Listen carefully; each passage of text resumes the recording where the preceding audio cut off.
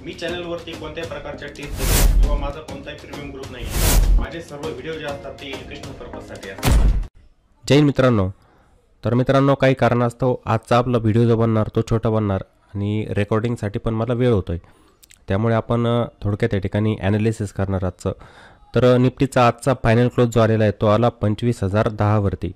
25,010 वरती आजच्या दिवशी निफ्टीने फायनल क्लोज दिलेला आहे आणि एक चांगला मोमेंटम आजच्या दिवशी पण मार्केटमध्ये मिळालेला होता। म्हणजे मार्केट आजच्या दिवशी पण गॅप अपच ओपन झालेलं होतं आणि जे पण मार्केटवरती जात आहे ना ते गॅप अप ओपन होऊनच जात आहे। मागचे काही दिवस आपण बघतोय मोमेंटम मार्केटमध्ये कंटिन्यू आहे, पण मार्केट गॅप ओपन होतं आणि साईडवेज होतं, थोडंसं मूव मिळतो किंवा खाली येऊन साईडवेज होतं असतं। आजचा पण सिनारिओ मार्केटचा तसाच होता। मार्केट गॅप ओपन झालं, सुरुवातीला मोमेंटम चांगला होता मार्केटमध्ये आणि पूर्ण वेळ मार्केटने एका रेंजमध्येच घालवला, म्हणजे साईडवेज सेशन आपण त्याला म्हणू शकतो। एक मोमेंटम नंतर साईडवेज सेशन। पण बघा, तुम्हाला मार्केट इथं शिफ्ट होताना दिसतंय वरती। आपण इथे रेंज म्हणायचो, मार्केट तेव्हा इथे होतं 24,400 वरती आणि मार्केट आता जाऊन पोहोचलेलं आहे 25,000च्या वरती। म्हणजे 25,000ची जी सायकोलॉजिकल लेवल होती त्याला पण मार्केटने या ठिकाणी पार केलेलं आहे आणि क्लोजिंग पण 25,000च्या वरती आली। तर आपण 25,000च्या लेवलला का महत्त्व देत असतो, कारण की अशा ज्या लेवल असतात सायकोलॉजिकल लेवल ते आपल्यासाठी सपोर्ट आणि रेजिस्टन्सचं काम करतात, नेहमी लक्षात ठेवायचं आहे। आता ही जर लेवल सायकोलॉजिकल लेवल आहे, या ठिकाणी सर्वात जास्त कोण असणार? कॉल रायटर असणार, जे मार्केटमध्ये मंदी करत असतात। म्हणजे कॉल सेल करून या ठिकाणी मार्केटमध्ये मंदी करणारे या ठिकाणी जास्त असतात 25,000च्या स्ट्राईकवरती। मग इथे जर मार्केट क्लोज होत असेल, उद्या ह्याच ठिकाणी मार्केट जर फ्लॅट ओपन झालं किंवा थोडंसं गॅपअप झालं ओपन, तर ते मोमेंटमला कंटिन्यू करतं। म्हणजे काय, हे जे कॉल रायटर असतात मग मार्केटमधले, हे आपल्या पोझिशन अनवाइंड करत असतात। म्हणजेच जे शॉर्ट असतात ना या ठिकाणी ते कवर होत असतात, ते कवर झालं की मार्केट पुन्हा वरती जात असतं। त्यामुळे 25,000च्या लेवलचं एक महत्त्व असतं। 25,000च नाही तर ज्या पण सायकोलॉजिकल लेवल असतात, जसं 24,500, 24,000, 26,000, 25,500 या लेवल ज्या असतात ना त्यांचं एक महत्त्व असतं, हे नेहमी लक्षात ठेवायचं आहे। तर मार्केट आता या रेजिस्टन्सच्या वरती पण गेलेलं आहे। आपण म्हणायचो ना की 24,854 हा मार्केटसाठी काय एक रेजिस्टन्स, तर त्याच्यावरती पण मार्केट निघून गेलेलं आहे। आता मार्केटसाठी डेली टाईम फ्रेममध्ये सपोर्ट हाच असणार 24,854 आणि त्यानंतरचा मोठा सपोर्ट कोणता असणार आहे, तर ही लेवल असणार 24,400ची। आता निफ्टीचं स्ट्रक्चर तुम्हाला सुधारताना दिसते। आपण इथे निफ्टीमध्ये निगेटिव्ह जायचो बघा, की आता इथून मार्केट निगेटिव्ह होऊ शकतं, त्यासाठी कोणती लेवल ब्रेक करावी लागेल हे पण तुम्हाला मी सांगायचो।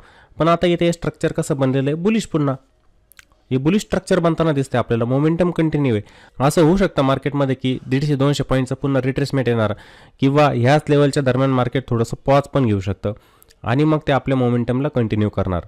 म्हणजेच निफ्टी पुन्हा इथे एक ऑल टाईम हाय बनू शकते, एक नवीन। पहिला ऑल टाईम हाय जर म्हटलं ना तर 25,078चा होता, ती लेवल एखाद्या वेळेला उद्या पण क्रॉस होऊ शकते, उद्याच, समजलं का? आणि नंतर एक ऑल टाईम हाय मार्केटमध्ये या ठिकाणी मग बनू शकतो। मोमेंटम कंटिन्यू आहे आणि येणाऱ्या दिवसांमध्ये बँकिंगचे स्टॉक जे आहेत त्यांनी जर सपोर्ट केला तर नक्कीच आपला निफ्टी 50 इंडेक्सवरती जाणार। रिलायन्सचा सपोर्ट चांगला मिळतोय, IT चं चांगलं सपोर्ट मिळतोय। हे जे स्टॉक आहेत ना ज्यांचं वेटेज इंडेक्समध्ये जास्त असतं त्यांचा सपोर्ट मार्केटला चांगला मिळतोय। बँकिंग चाललं म्हणजेच बँक निफ्टी इंडेक्स जर चालला, IT इंडेक्स चालला, रिलायन्स चालला, तर नक्कीच आपल्याला निफ्टीमध्ये वरच्या लेवल पण दिसू शकतात। हे बुलिश स्ट्रक्चर आहे मार्केटमध्ये, समजलं का? मग आता काही महत्त्वाचे लेवल आपण बघूया 5 मिनिटांमध्ये।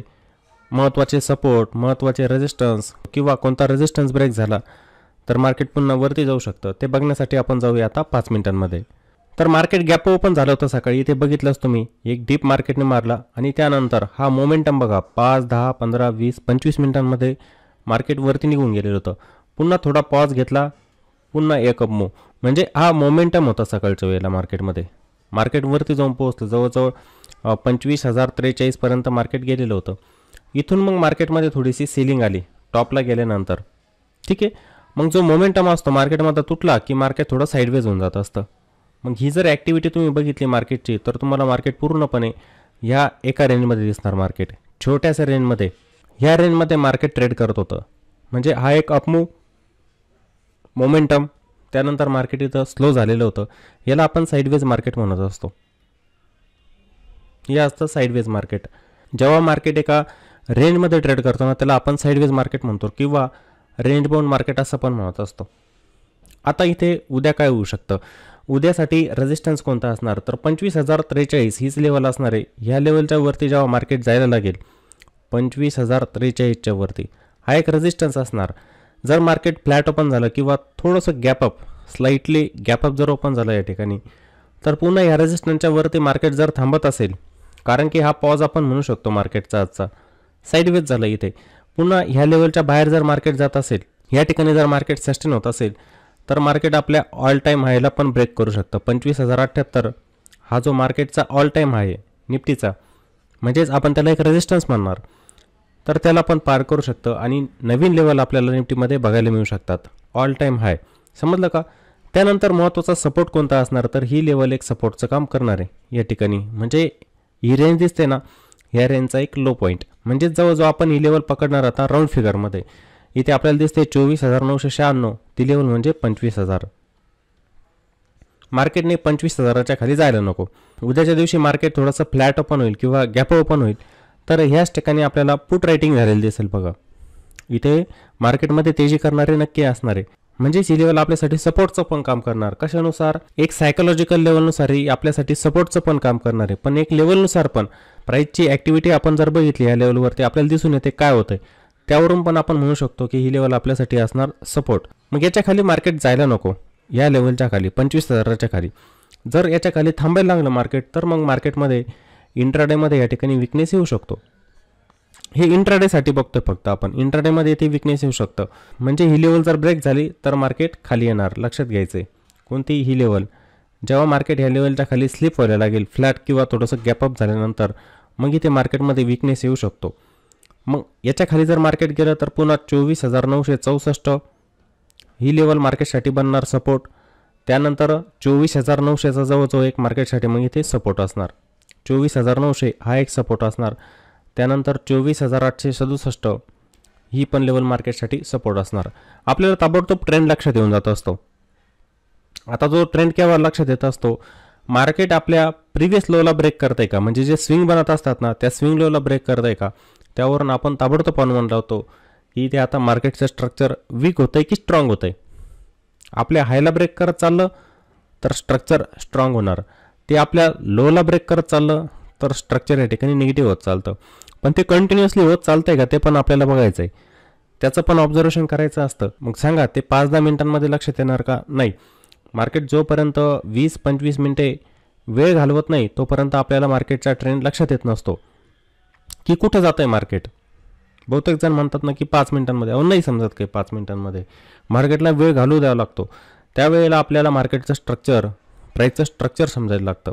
मी ते बरोबर समजेल आपल्याला हा सपोर्ट ब्रेक होतोय का, ब्रेक होऊन कंटिन्युअसली मार्केट खाली येतं आहे का तिथूनच फिरता येते ते पण बघायचं असतं आपण. समजलं का? किंवा ते कंटिन्युअसली खाली येतं आहे रिटेस्ट करून पुन्हा खाली येतं आहे का, या सर्व गोष्टींचं आपल्याला ऑब्झर्वेशन करायचं असतं. ते ऑब्झर्वेशन आपण केलं की मग आपल्याला समजतं मार्केट आपल्या अप ट्रेंडला पकडून चाललेलं आहे की ते आता डाऊन ट्रेंडमध्ये येत आहे. या गोष्टी आपल्याला समजत असतात. त्यामुळे लेवलला महत्त्व द्यायचं असतं. बहुतेक जण लेवलला महत्त्व देत नाही, अंदाजे रॅन्डम काम करत असतात मार्केटमध्ये, त्याचा फायदा पण नसतो काही. रॅन्डम काम करू नका, हे नेहमी मी तुम्हाला सांगत जाणार. लॉजिक असलं पाहिजे.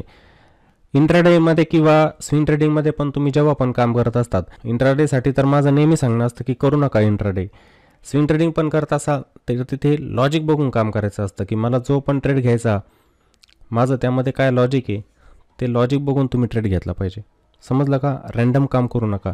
आणि जेव्हा पण ट्रेडिंग करायची स्टॉपलॉसचा वापर करायचा आहे. मनात स्टॉपलॉस कधी पकडू नका. मार्केट सुप्रीम असतं मित्रांनो, मार्केट कुठेही जाऊ शकतं. मी म्हणतोय मार्केट बुलिश, अचानक मार्केट 400 पॉईंटने खाली येऊ शकतं. किती? मग काही जण म्हणणार असं थोडं होतं असतं, होतं खूप वेळेला. अचानक मार्केटचा ट्रेंड पॉझिटिव्ह असतो, बुलिश असतो, मार्केट एक कॅन्डल बनवतं निगेटिव्ह, ती पण 400-500 पॉईंटची. काही होऊ शकतं त्याच्यामध्ये. समजलं का? अचानक ते पण तुम्ही इंट्राडे करताय ना, आता समजा निफ्टीमध्ये कोणी ऑप्शन ट्रेडिंग करतं, इंट्राडे करतंय आणि ती व्यक्ती कॉल साईडला गेली, अचानक काही पण होणार. तुम्ही लॉजिकनुसार तुमचा ट्रेड घेतलेला आहे, बरोबर आहे, पण स्टॉपलॉस नाही लावलेला आणि तुम्ही म्हटलंय की नाही आता मी सोडून देतो ट्रेडला, ठीक आहे माझं प्रॉफिट बनतच जाईल. आणि मार्केट जेव्हा 300-400 पॉईंटने खाली येतं ना, ते मार्केट 3-4 कॅन्डलमध्येच येऊ शकतं 400-500 पॉईंटने.